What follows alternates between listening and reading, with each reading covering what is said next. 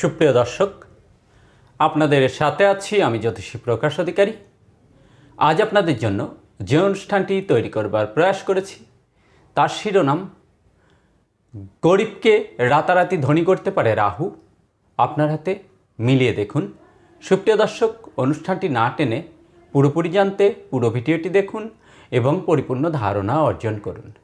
সেই সাথে যারা আমার চ্যানেলটিতে নতুন, এখনও সাবস্ক্রাইব করেননি, তারা অনুগ্রহপূর্বক আমার চ্যানেলটি সাবস্ক্রাইব করুন এবং পাশে রাখার বেলটি প্রেস করে অল সিলেক্ট করে পরের ভিডিওর নোটিফিকেশন পেতে আমার সাথেই থাকুন। আজ যারা ফেসবুক প্রোফাইল থেকে ভিডিওটি দেখছেন তাদেরকে অসংখ্য অসংখ্য অসংখ্য ধন্যবাদ। প্রোফাইলটিতে একটি ফলো দিয়ে, ভিডিওতে একটি লাইক দিয়ে আমাকে উৎসাহিত করুন জ্যোতিষশাস্ত্রের নিগূঢ়তম রহস্যগুলো, গোপনতম বিষয়গুলো আপনাদের সামনে উন্মোচিত করবার জন্য বা তুলে ধরবার জন্য। সুপ্রিয় দর্শক, কথা দীর্ঘায়িত না করে চলুন আমরা ফিরে যাই আমাদের মূল আলোচনায়। আমাদের আজকের আলোচনার শিরোনাম গরিবকে রাতারাতি ধনী করতে পারে রাহু, আপনার হাতে মিলিয়ে দেখুন।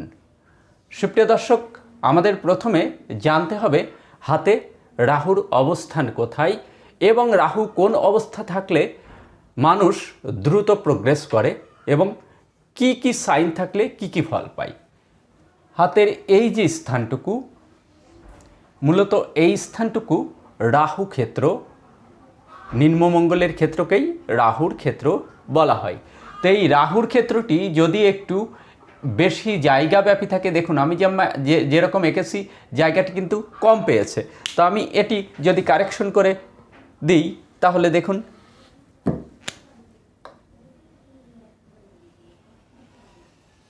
এবার দেখুন রাহুর এই জায়গাটি কিন্তু অনেকটা বেশি পেয়েছে।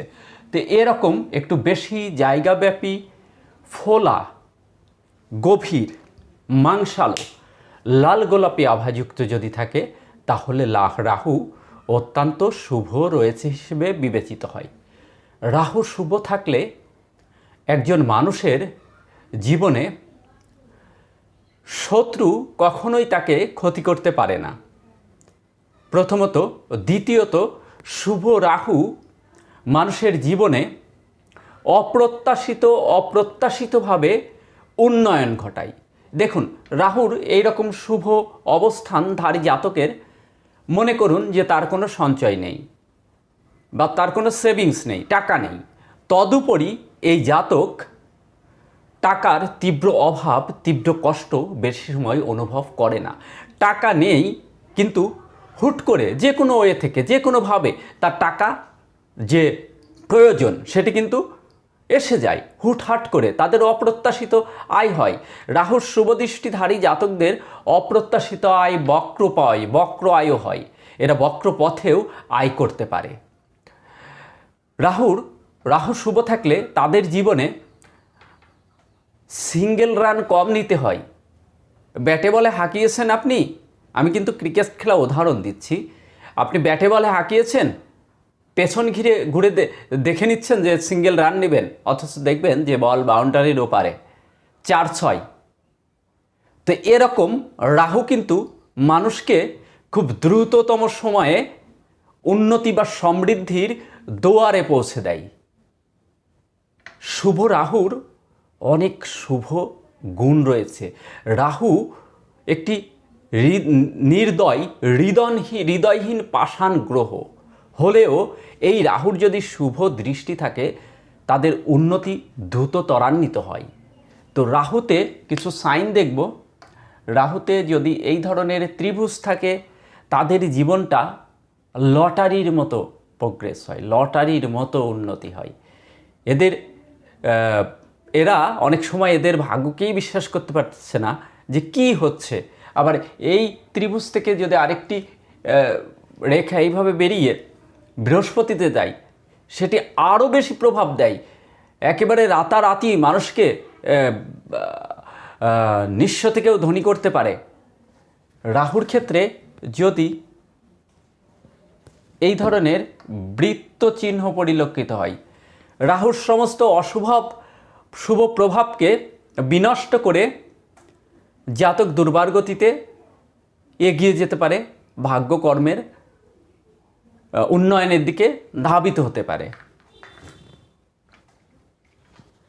রাহুর ক্ষেত্রে যদি এরকম মৎস্য চিহ্ন পরিলক্ষিত হয়, যে এইভাবেই থাকবে এমন নয়, অনেকভাবেই থাকতে পারে। এইভাবে অনেকের এরকমও থাকে, একটি এরকমও থাকে, যেভাবেই থাকে একটি মৎস্য চিহ্ন যদি থাকে,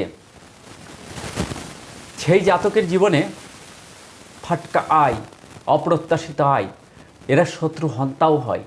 শত্রু যত ফনা তুলে আসুক না কেন, এদের পায়ের কাছে এসে শত্রু নত হয়ে যায়। অর্থাৎ শত্রু দ্বারা কখনোই ক্ষতি হয় না, ক্ষতি করতে পারে না, এরা শত্রুকে জয়ী করতে পারে। আবার এই রাহু যদি অশুভ হয়ে যায়, তাহলে কিন্তু ব্যক্তিকে সেই রাতারাতি যেমন ধনী হতে পারে, রাতারাতি নিঃস্বও করে দিতে পারে রাহু। তা রাহু আমরা দেখব রাহু অশুভ বা খারাপ অবস্থায় রয়েছে কিভাবে বোঝা যায় এবং কি ফল দেয়। এরকম অল্প জায়গাব্যাপী যদি রাহুর ক্ষেত্রটি এইভাবে অল্প জায়গাব্যাপী থাকে, যেভাবে আঁকলাম এইভাবে অল্প জায়গাব্যাপী রাহুর ক্ষেত্র, এই ক্ষেত্রটি যদি ফোলাগোপীর মাংসালো না হয়ে শুটকো ফলের মতো, বুড়ো মানুষের গায়ের চামড়ার মতো হয়ে যায়, কোস্কানো হয়ে যায়, তাহলে রাহু অত্যন্ত অশুভ রয়েছে।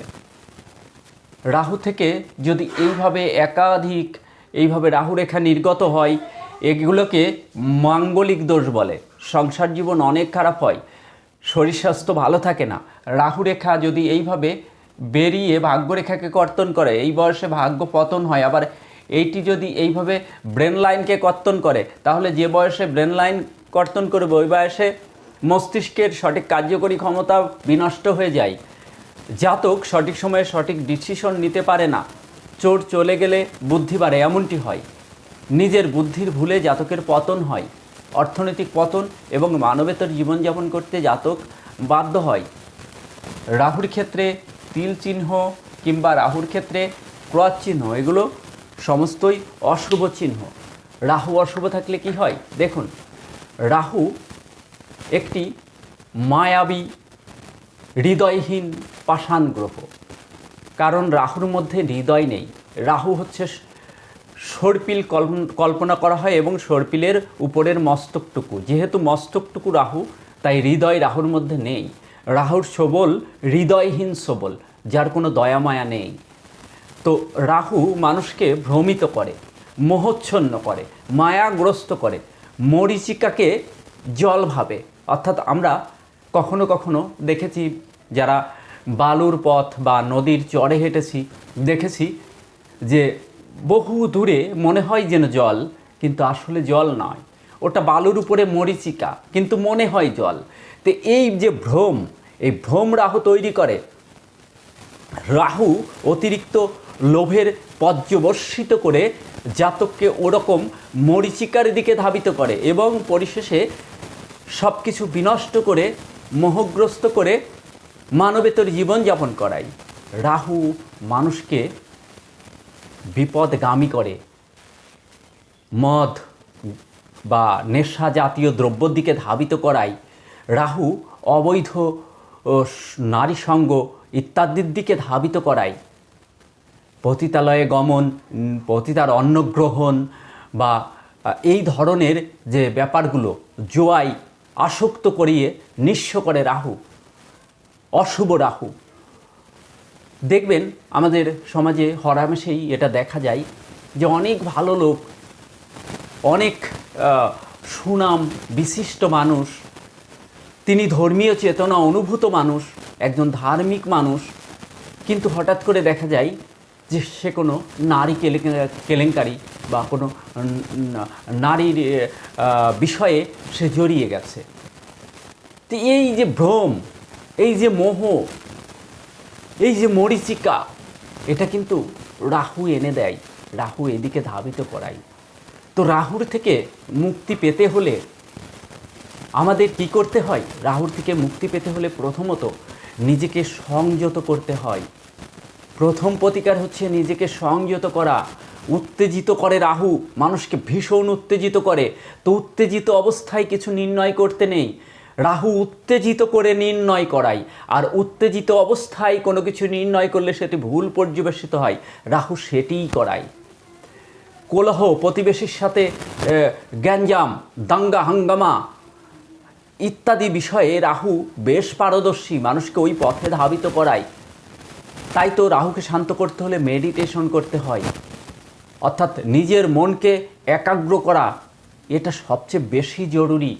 রাহুর অশুভ প্রভাবে বিনষ্ট করতে, রাহুর অশুভ প্রভাব বিনষ্ট করে শুভ প্রভাব পেতে কুকুরকে যদি রুটি খাওয়ানো যায়, সেটি ভালো ফল দেয়। খুব ছিন্নমূল মানুষদের সেবায় রাহু তুষ্ট হয়। রাহুর প্রতিকারস্বরূপ গোমেদ পাথর ধারণ করা যায়।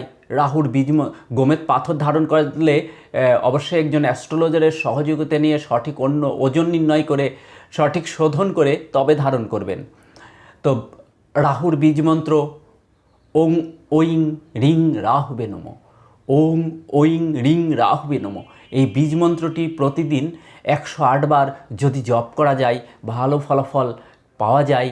রাহুর অশুভ প্রভাব থেকে বিনষ্ট করতে কপালে প্রতিদিন সাদা তিলক ধারণ করা, সাদা চন্দন ধারণ করা যায়। সাদা চন্দন, শ্বেত চন্দন, যে চন্দন আমরা গোবিন্দ চরণে তুলসী পাতায় অর্পণ করি, প্রসাদী চন্দন হলে আরও বেশি ফল হয়। সুপ্রিয় দর্শক,